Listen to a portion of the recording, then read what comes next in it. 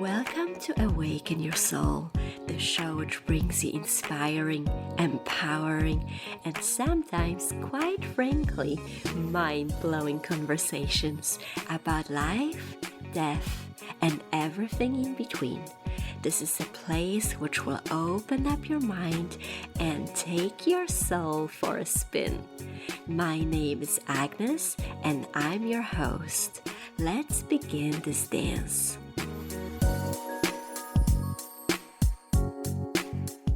Hello and welcome to the third episode of the podcast.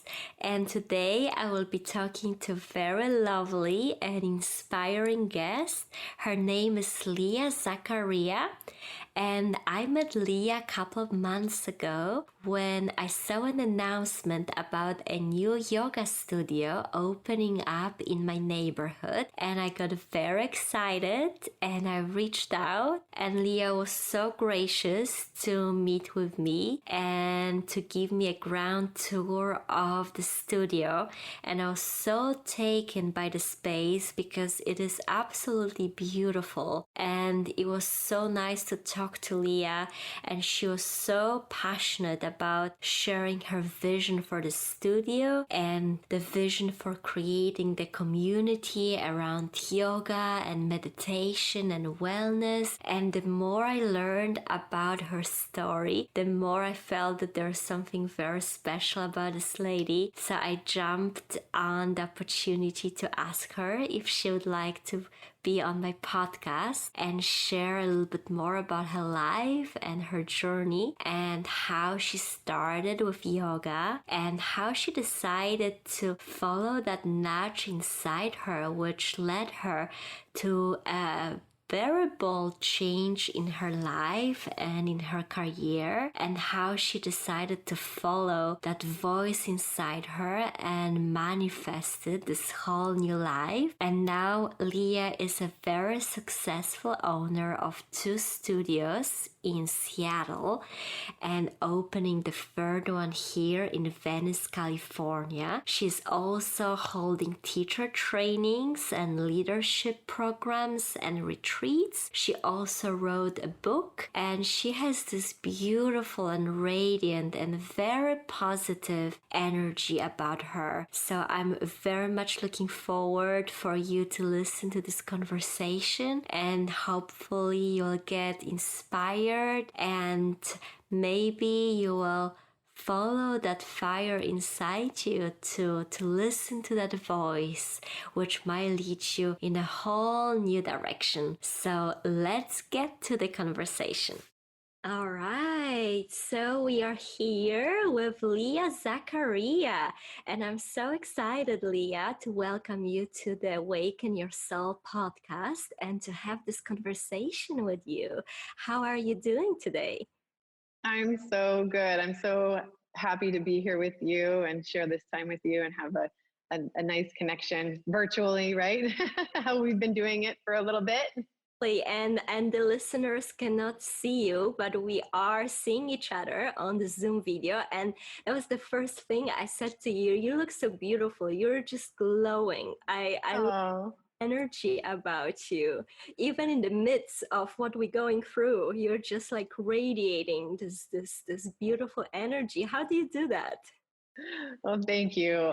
I really think there is a mindfulness to my energy that I really do want to exude a positive light. And I think it's around, being present and finding the silver linings about what's going on. And it's not to say that, every moment, I mean, trust me, I've been riding the waves of emotions and going through the fears and uncertainties, but really just making the choice to hold myself high and understand that my energy matters, right? So I want for you to, when you see me, to have that response of like, wow, she's glowing, she's beautiful, because we all have that potential to have that energy if we are mindful and connected to it, and that we, consciously put that out there. That is so true. And I think it's such a great point to be mindful about the energy, right, which we exude, because sometimes, we say different things and we wonder why certain people react to us in certain way. And I think we undervalue how important is the energy we are sending. And that's what I felt when we connected in real life, right? Like in the end of March, I think it's like when I met you right away, you were just like, oh my goodness, I was like, this lady is incredible. I could definitely feel that. So And beautiful. it's interesting too, because I get that from a lot of people. And I think by even hearing that, it makes me even more conscious to bring that. Mm, When people see that in you, then it's like, that's what I want to be seeing. mm, And so it's always just a reminder. It's like, you know, how do you want to be viewed and seen in the world? And if people are actually seeing that, it's like, oh, I am that. I am radiating light. I am a positive person. You know, I want to do that. That's what I want to represent. So I'm going to connect to that more. yeah, I love that.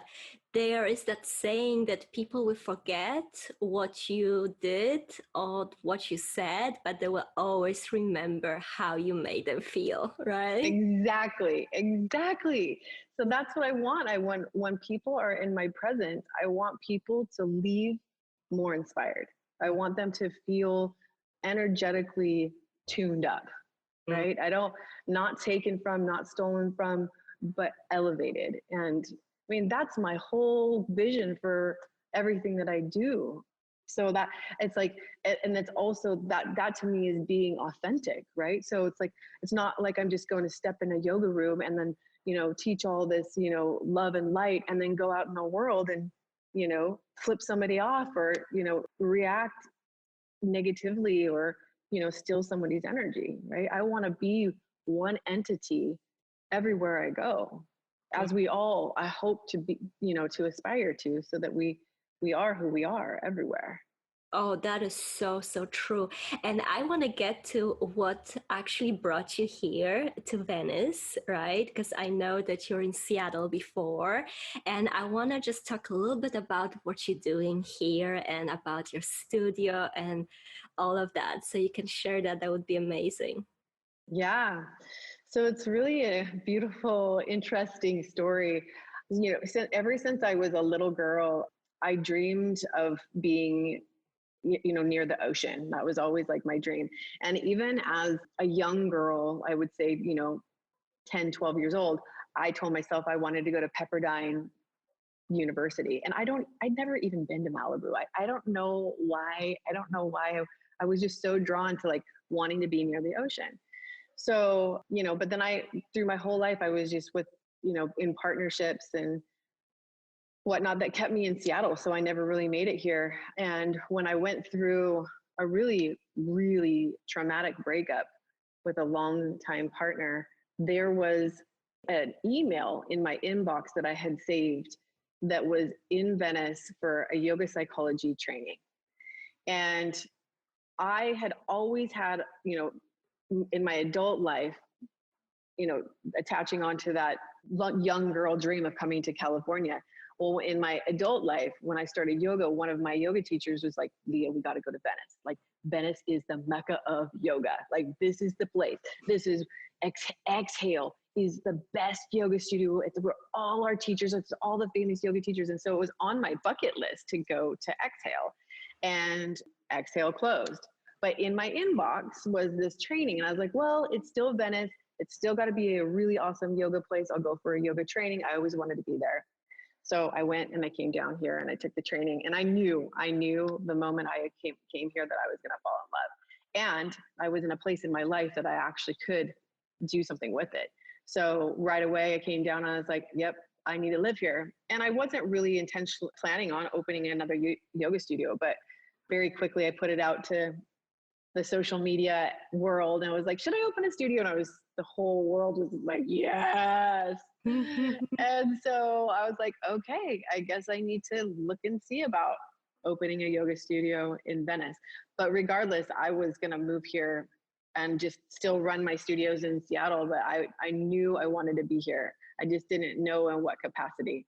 but I mean, it was so seamless. It was like right away that it was like I went on the hunt to open a yoga studio. So I love that. Do you always like follow that inner voice? Because I feel like, especially now when people have so much time, right, to like reflect and like reevaluate their lives, and we all have our dreams and, things we want to do with our life. But sometimes, we are like scared to like follow that and take steps. And very quickly in our mind, we say, oh, this is silly. Oh, this is not going to work out, right? So how do you feel like you were able to, because I know that you went from being a CPA, right, to opening your yoga studio. So that's like a huge change in your life. So how do you go about like feeling that inner desire for something? And it could be like that little voice at first. And how do you go about it to actually, manifest it to reality and not be like held back by fear? yeah, that's the quandary of life, isn't it? So for me, it's a skill that I've actually intentionally honed because our intuition is a powerful, powerful thing.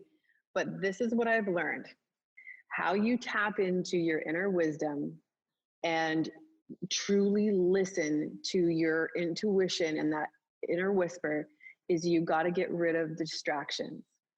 And so for me, once I started to do my inner work, meaning really looking at my old programming, started therapy, transforming my life really, to look at the stuff, the traumas, the things that I had been through in my life that were distracting me from seeing what the truth was, right? Mm.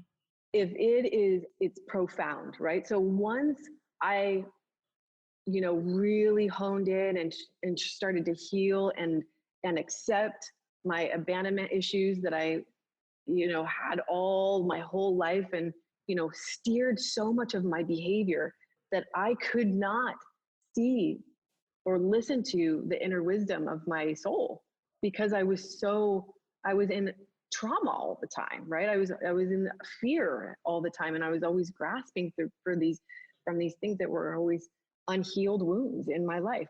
But once I did the work and I really let those things neutralize and transform, that's when the voice started to not be a whisper anymore. It was loud. It was loud. And I'm not kidding. So that was the first time it started to get really loud was when I was transforming my life. I was going through a divorce. I was in therapy. My body was changing. I was going through a body transformation.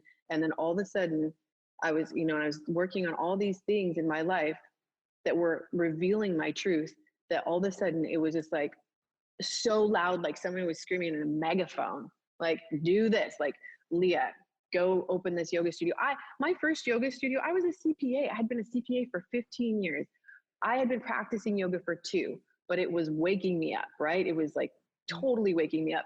And one day, my friend in the office next to me was like, Leah, we should go up to, Queen Anne and look at this space that used to be a Jamba Juice. We should open a yoga studio. I'm like, yeah, okay. Let's just go have coffee afterwards. Like I didn't at all, but literally we went up there and I walked in and it was just like, woo, like, this is it. Like, this is your path. This is your way to transform your life into purpose, Leah. And I freaking didn't know anything of anything, right? And I had no plan, but I'm like, this is the way. And I listened and I did it. And it was such a huge leap of faith. But ever since then, and the more work that I did, I'm not kidding you. Now it's to a point where I am woken up in the morning by the voice that usually tells me the next steps to do. It happens to me. And then sometimes I don't know why, but just how we live our lives, you don't know why maybe right then, but you understand when you look back, right? Our lives are lived in forward, Mhm. but we are understood in reverse, right? So that's why so many of us don't listen to the voice, because we don't know the answer, and the uncertainty leads to fears, and so that we push them off. But if you just allow yourself to say, I'm going to listen because I'm not distracted by my own stuff that's old patterning and old programming that it's not even mine. Mm-hmm. Then if you just listen to that, then you'll understand, you'll get everything that I've done. And I've done some really big things that were like, why am I doing this? Like, I have no idea. Like a year and a half ago, before it was kind of when I was starting to move to Venice, I got the loud voice in the morning of like, Leah, get rid of everything you own and move into a furnished apartment. I had no plan to do that, like zero. But I woke me up in the morning and I'm like, I don't know why, but I have to do this. So within 2 weeks, I gave away all of my stuff except for some clothes and some shoes. And I moved into a furnished apartment. And of course, through the next year, 2 years, it's been like wildly like, of course I needed to do that for many, many reasons, not just moving to Venice and, having 2 studios and going back and forth. There was a whole lot of reasoning and big reasoning, beyond just professional, that it was personal and protection. It was a lot of things. So those are the things that I've just really grabbed onto. I was like, okay, here it is. I don't know why, but here, but we can't be distracted. Mm-hmm. We can't be distracted by the noise around us that doesn't let us hear, because fear is winning, the uncertainty is winning. The old patterning is winning when we're doing that. So we got to shed that. We got to do our self work. We got to go inside and really look at the stuff that's hard so that we can take away the distraction and transform it and heal it, so then we can tap into this wisdom that's so powerful, so powerful. So true. And, courage is one part of that.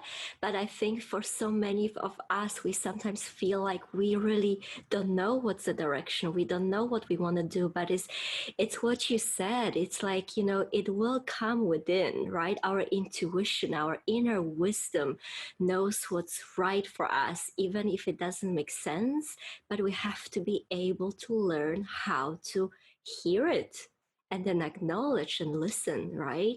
And what you do now with yoga and meditation, those are such incredible modalities which can help people with that, right? That's why I feel like, yoga has been so powerful for so many people, because it teaches us, right, to connect with ourselves, to be present and to pay attention. So that is amazing. So tell us a little bit more about like what yoga is for you, because obviously you have to be super passionate about meditation and yoga to devote so much of your life to creating those beautiful studios, right? Because I can only imagine how, challenging it must be to starting your own business and switching from one career to other. So what do you feel like the magic is in what you're creating and what you're doing and with yoga and all those practices? Yeah, that's a loaded question because, yoga is so much, right? It's medicine for one thing, but for me, and yoga's so big that it can be translated, and there's so many different modalities and ways of offerings and stuff. And so that's a really beautiful thing in itself, that we have this opportunity to present yoga and take what we want from it and present it to the world. And so some yoga teachers are really alignment based and are really about, the pose and, or a certain lineage of yoga or the history of yoga or whatever it might be. For me, what yoga has come to be for me is the access way to feel. So for me, that is what I'm hoping to invoke in my students, and also in my leadership, is to feel something. Mm-hmm. And whatever way we can do that, that's the right way. And so with what I mean by that is, like, I really want my teachers and myself to come from an authentic place, a place of our own voice, of our own creativity, our own ways of presenting. Because what I've known over the years, there's a lot of things other people have said or taught, but nobody's going to say it like you. So it might have said a different way 1,000 times, but you might say it for the first time and it might land with somebody. So I really want people to come from their authenticity and their own voice to present what yoga is to the world. So for me, when I say, well, it's an access way to feel, well, that, what do I mean by that is like using breath and movement to access our inner world, right? So that's how we can go inside. And when I was talking about the distractions, well, yoga is a mirror. And if you move energy, if you move and breathe, it's a conjuring. It's an invocation of our energy, and the stuff is going to rise to the top.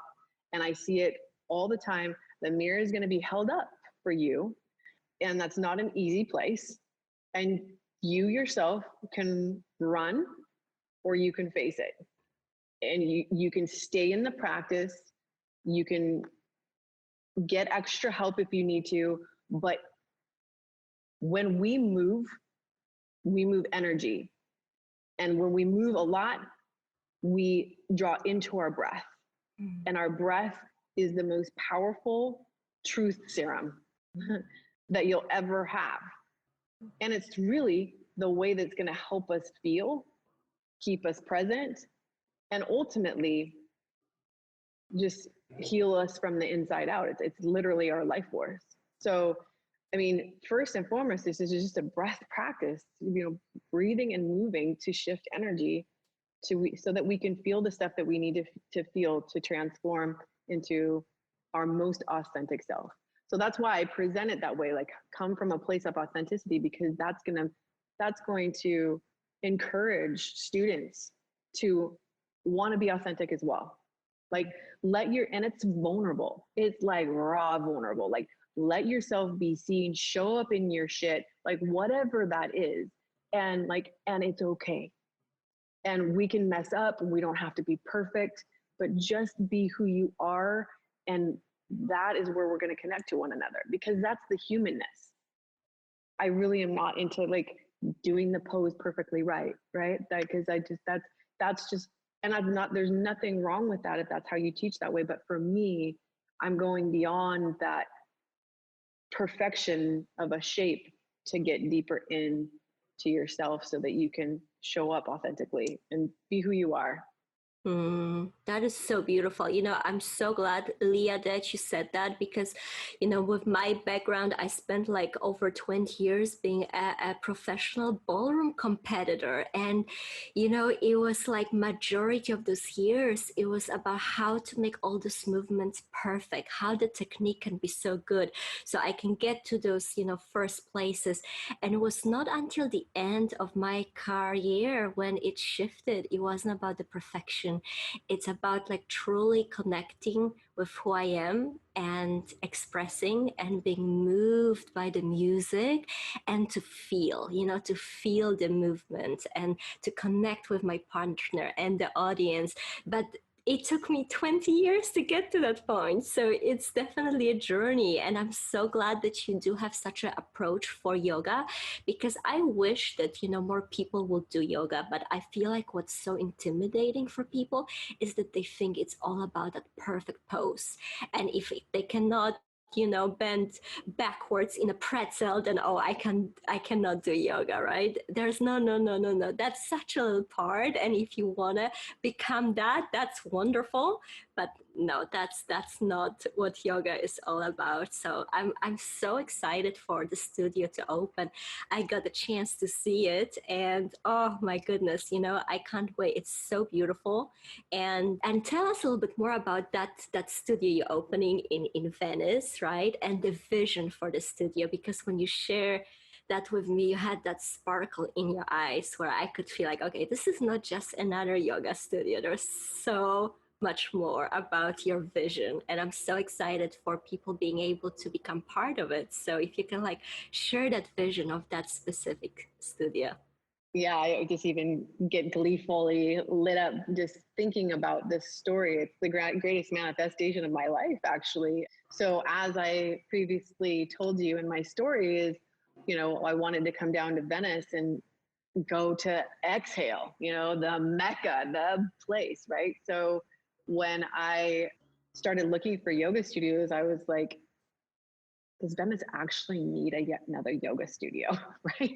Because I always heard there was so much yoga down here, and then when I came down here, I quickly noticed that I was like, there's something that's a little disconnected here. There's something not quite meshed up, and it felt like there was a duality of what I was seeing, but there wasn't a really comprehensive package. And I was like, it's like exhale hasn't been replaced, right? Exhale, that mecca of community, of dynamic movement, sacred movement, you know, authenticity, hadn't been replaced. Instead, there was a lot of good yoga studios out there, but I wasn't seeing exactly at least how I would approach it and what I wanted to bring to the world and what I was hopefully going to find in Exhale.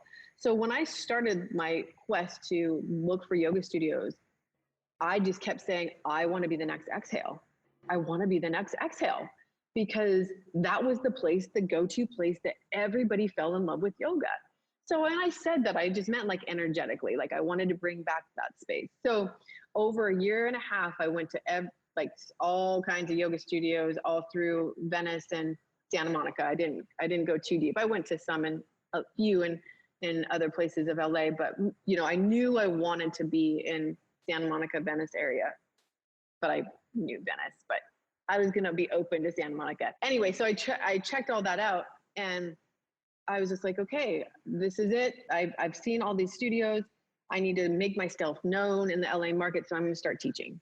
So I taught a workshop, and of course nobody knows me, so not very many people were signed up, and so I didn't even know if I was going to do it. So I thought maybe I would cancel it, but then the owners were like, nope, we're going to make it happen. I was like, great. And if 2 people show up, that's 2 people that I'm going to meet, and who knows who's going to be there. So they ended up having like 10 people get there. And one of the women came up to me afterwards, and she's like, hi, I'm Angela, and I'm the manager at Industry. I'm like, well, what's that? And she said, well, it's a yoga spinning Pilates place that used to be Exhale. And I just went, ding, ding, ding, ding, ding. I was like, really? So she totally schooled me on what happened with Exhale. She was really well versed in the yoga industry. And then she said, well, you should just come by, you know, Industry and take a yoga class, because we have yoga there. And in my mind, I was like, yeah, because I want to be the next Exhale. Like, what was this space all about?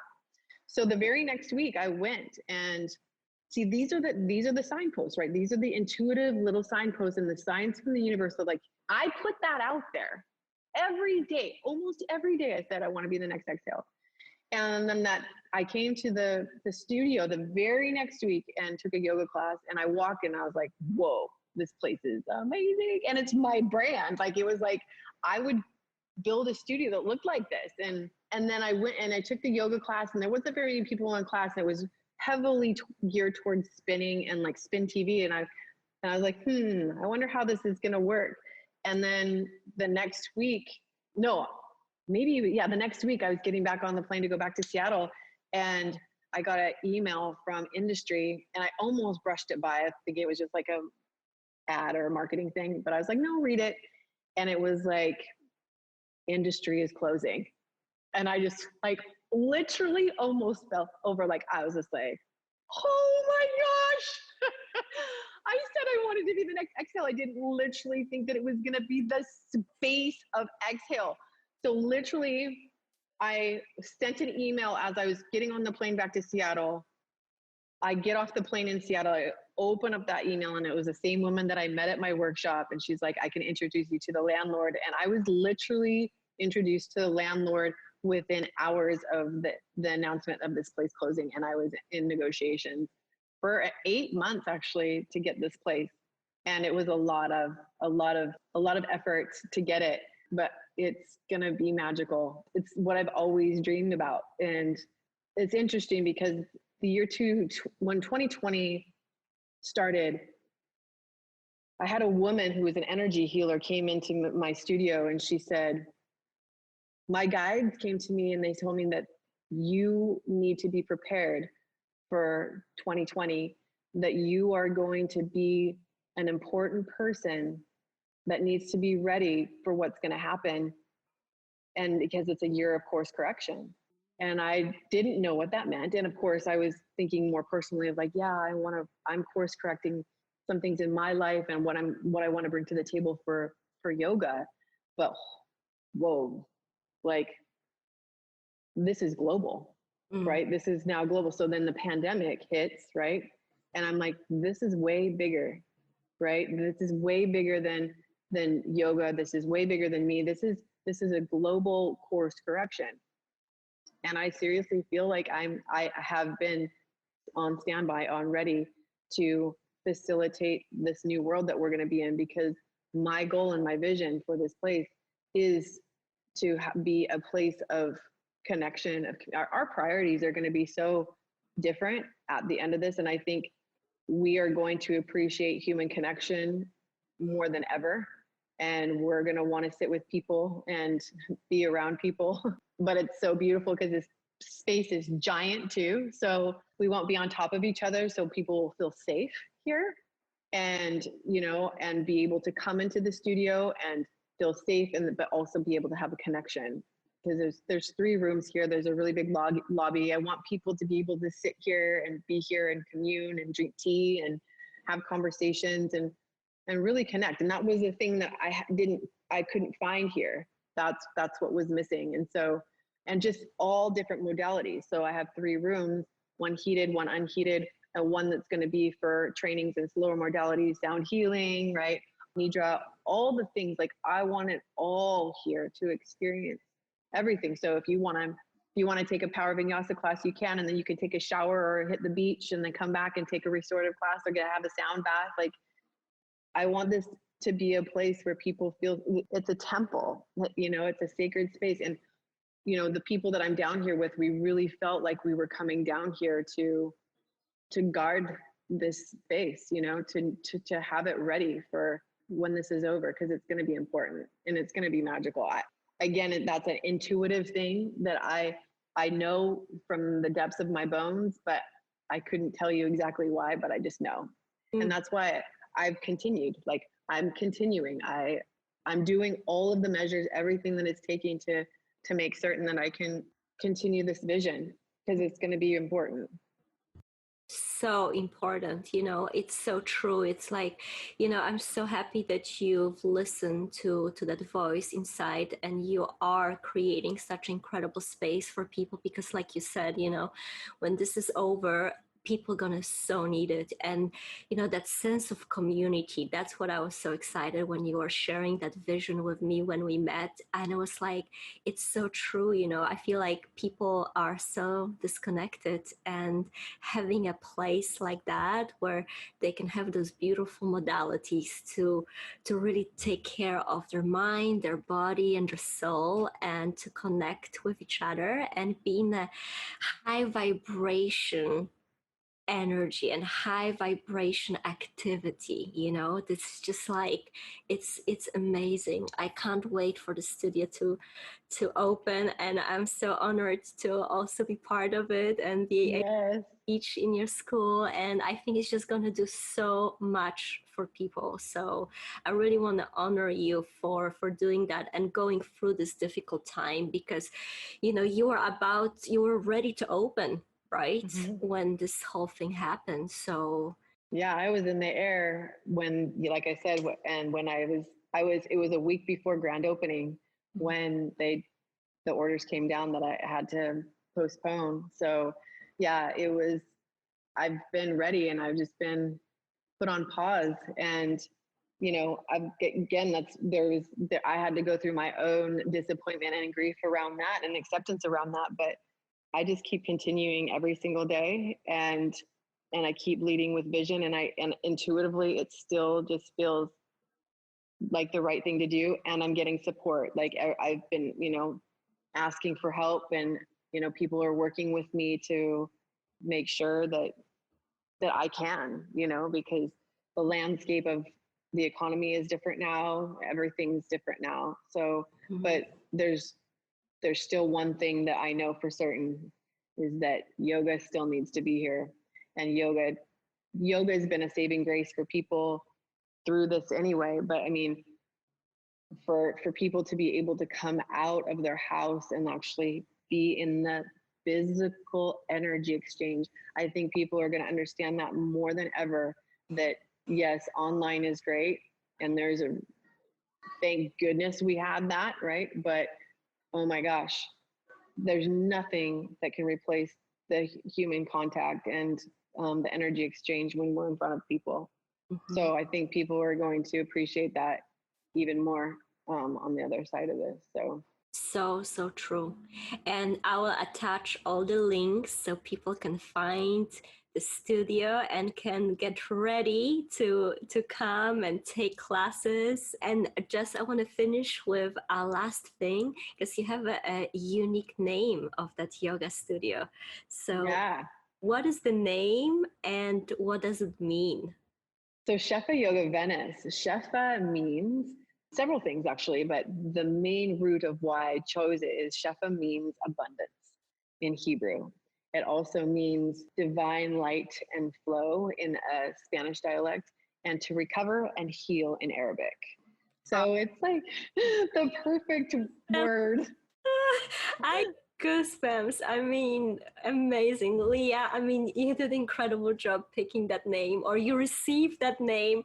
Yeah. That's probably how it happened, but oh, that's so beautiful. So beautiful. And I do think it's even poignant for this time is abundance. Like we all will have enough.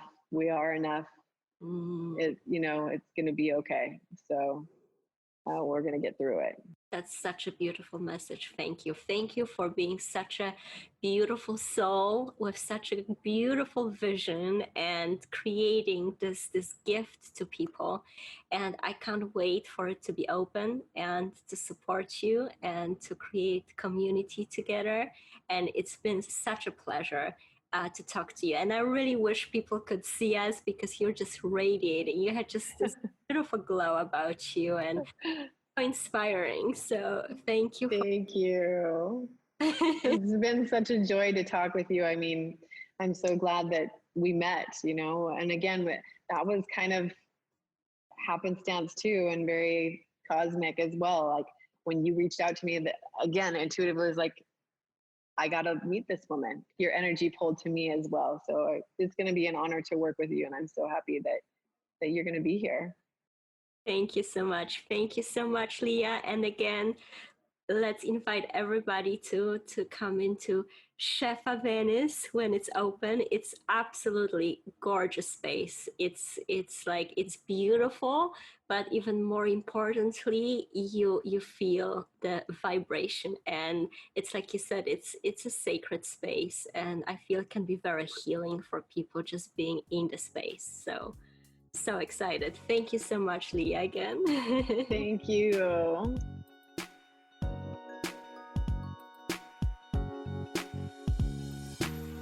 Thanks for listening to Awaken Your Soul. I hope you enjoyed this episode, and I would love for you to subscribe, share it with your friends, or review it. Can't wait to connect next time. And in the meantime, you can check my website at lifewithagnes.com.